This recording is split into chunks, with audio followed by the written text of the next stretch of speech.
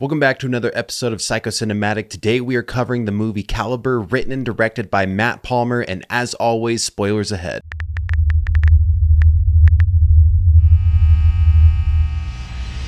So I remember watching this movie before I had this podcast, and this film, among several others, are kind of what made me fall in love with this genre. And the whole idea of just watching a movie you've never heard of, sitting, enjoying the ride, and just being pleasantly surprised with what you get in return. Because I've never heard anyone talk about this film, but it is so good. The amount of tension throughout is insane. I love it. So this film covers Marcus and Vaughn, two friends who are going hunting in the Scottish Highlands, and Vaughn has a baby on the way, which already adds a little bit of stakes to what's about to happen to them, and some interesting story elements for him to internally battle with himself. While they're driving up there, I believe it was Marcus who drops this interesting little bit of foreshadowing when he's talking about hunting, basically saying you need to turn off your emotions and let instinct kick in, which is exactly what he has to do later. Marcus is the first one to jump into action after they killed the father and son campers, and he's also the first one to jump into action when it comes to cutting the bullet out of the kid's head later. And then he also drops this little bit of foreshadowing by saying that these are your last few days of freedom, you better enjoy it. And while Vaughn doesn't literally lose his freedom, I feel like he figuratively loses his freedom because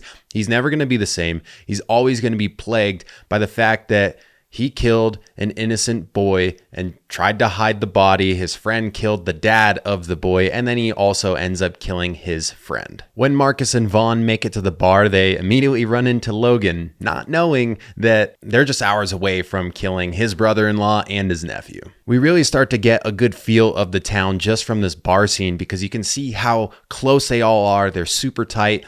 And there's a lot of trouble that's just slowly brewing, especially when the two ladies enter the bar. And people are warning them, just be careful. So the next morning, after they're all hung over from the night before, they go out hunting, and Vaughn forgets his rifle at the hotel, I believe he said. And so Marcus offers him to use a .22, which is funny because I have a .22. That was the first gun that I ever got. And my friends would roast me like, oh, that's not going to kill anyone or anything. And so I don't know if that's really the best thing to bring out hunting, but that's something I was always told growing up, is that, a .22 bullet won't leave the body. It would just bounce around. And that comes into play later in this film when Marcus has to cut the bullet out of the boy's head, whereas his gun, I don't know if it was like a 30-06 or what, but the bullet is in the tree rather than in the dad. But while we're talking about the caliber of gun and the name of this film being Calibre, it does play a role in this film because Marcus is more motivated to clean up all of this because everything can be traced back to him. I think he would have done it anyway because he feels protection over Vaughn, but now he really needs to try and make this all disappear. Now, before I forget to mention this, when they do get back from hunting after this whole tragic incident, they come walking into the hotel, and I believe Vaughn has that rifle that he supposedly forgot in his room, and he throws it on his bed. They have 3 guns, so unless it was kept somewhere else in the hotel rather than his room, I feel like that might have been a mistake. I could be wrong though. Man, I remember first time watching this when Vaughn goes to pull the trigger on the deer. God, that was so surprising. Like, I was not expecting any of that. I didn't read a synopsis or watch a trailer beforehand. I was flabbergasted. But something I don't understand is, I'm not a hunter, but I know that you're supposed to shoot like behind the shoulder, and people don't really shoot the head of a deer, especially if you want to have a trophy. He was right where he should be shooting, and then he goes and changes to the head, which leads me to the joke moral of the story. If you're going to go hunting, don't do a headshot.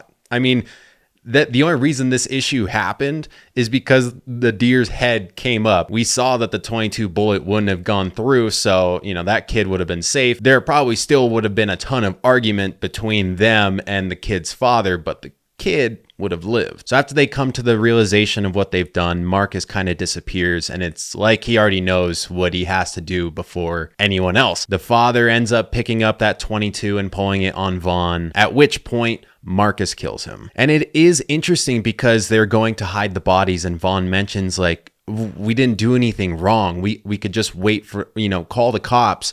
And Marcus says, not with this whiskey on our breath. And so I started pondering all these potential outcomes and, who is at fault here. I'm sure the whiskey would be a huge problem. One could ask, were they even supposed to be camping out there during hunting season? Who knows? Maybe they're only supposed to fire their guns in a certain direction in order to keep other hunters safe. But it was clearly an accident. And then it was self-defense because the dad pulled the gun on Vaughn. So it's very interesting how the lines are getting blurred between, like, were they even in the wrong? That is until Marcus says, all right, let's hide the bodies. Good Lord, at this point when they're trying to make it look like they weren't even hunting in that area and they're still trying to show face around the town. And we're getting all these little bits of foreshadowing, like when they go to a store because they need to be seen in this town, the Drum Rain area, I believe.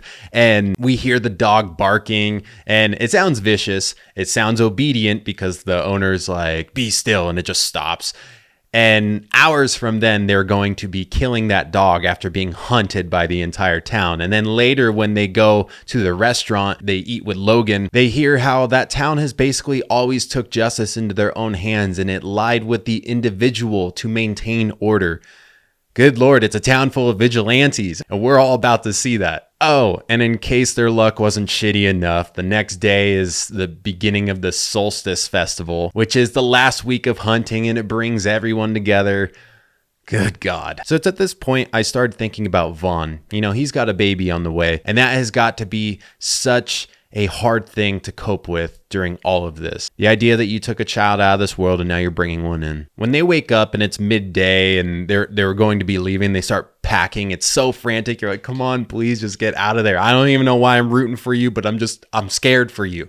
And then of course their tires are getting slashed by the dude who's mad that you slept with his best mate's daughter and gave her cocaine, and we're starting to see how brutal this town can really be. And now they're stuck there even longer. I love that they have to pay for the damage to the car with the slashed tires and not this townsfolk guy who just did it. That doesn't feel like justice. The paranoia begins to increase during the bonfire, and then they get recruited to help with the search party for Logan's brother-in-law and nephew, and they get roped into it before they hear that their Jeep is fixed, and they're just kind of like, fuck.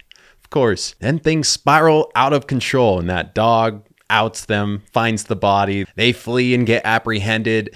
And once Vaughn confesses, I was imagining the type of restraint that Logan is showing is insane. The fact that he doesn't just straight up beat the shit out of Vaughn after he hears what they did to his family, and then seeing just the nephew's corpse and like the cut marks, I'm sure, that were probably brutal just to get the freaking bullet out of the head.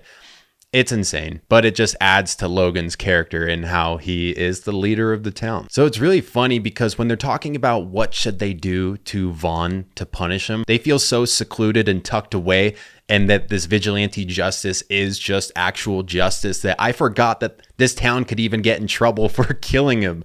I didn't even think about cops coming to look for him. That's how convincing this movie is in making you feel like you are so far from help. So this town of vigilantes decides to enact some biblical justice, an eye for an eye, having Vaughn shoot Marcus. And it's interesting because Marcus is kind of like gagged. He's got, something tied up in his mouth, so he can't really speak. In one aspect, it looks like they both know what needs to be done.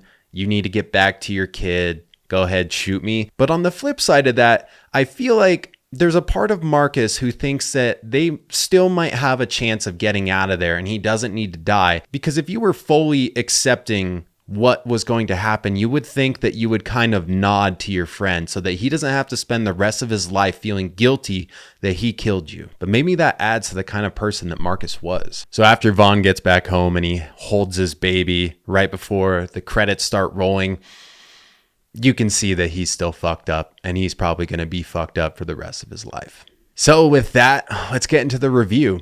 I think this movie is an 8.5 out of 10. I love the tension, the suspense, and the paranoia that builds throughout this movie. I like that shit hits the fan pretty early on. I think it's around the 20-minute mark when Vaughn accidentally shoots the kid. I think the part that felt like it was dragging on a little bit for me was after Vaughn gets caught. But this was my second time watching it, and I enjoyed it almost as much as the first one. I mean, I knew what was coming, so I can't enjoy it the same amount, but it was still really good. If you're one of those people who watched this review before watching the film because you like spoilers for some reason, I would highly recommend you check out this film for yourself. And that's all I have for you guys today on the movie Calibre. I hope you enjoyed this episode of the podcast, and I'll see you in the next one.